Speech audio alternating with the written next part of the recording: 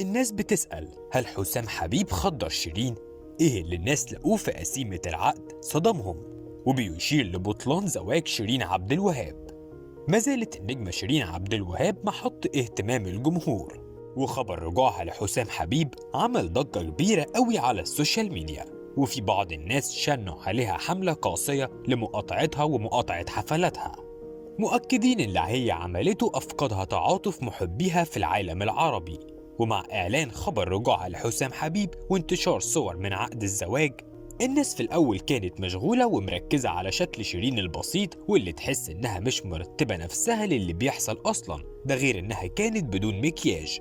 واتقسمت التعليقات ما بين اللي شايفين إنها فقدت من وزنها واللي بيقول إن لبسها الواسع ما كانش مبين إنها خست فعلا أو لأ، وعدد كبير علق على ملامح التوتر اللي كانت باينة عليها وشكلها التعبان وحركاتها الغير متوازنة. وده اللي خلى البعض يعتقد إنها ما كانتش في حالتها الطبيعية وكأنها متخدرة مش بكامل وعيها. واللي زود حيرتهم أكتر ظهور شيرين وهي بتبكي أثناء عقد القران، وده خلاهم يسألوا إذا كانت دي دموع فرحة ولا دموع ندم على الرجوع.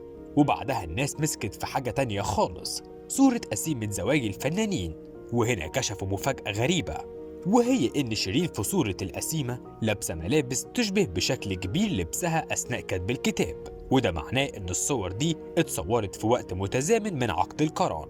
وبعد الكشف عن المعلومات دي ناس كتير بدأت تسأل عن بطلان زواج شيرين وحسام، وهل يعقل إنها كانت فاقدة إدراكها؟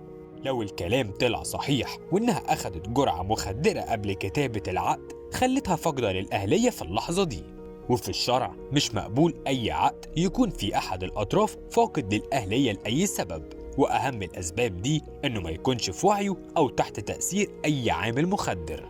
لكن محدش يقدر يثبت صحة الكلام ده، وهتفضل مجرد توقعات وتحليلات الناس على السوشيال ميديا. وكلنا سمعنا شيرين في اتصالها الهاتفي مع عمرو أديب كانت في كامل وعيها وإدراكها، وده بينفي عنها تهمة تعاطي المخدرات من جديد.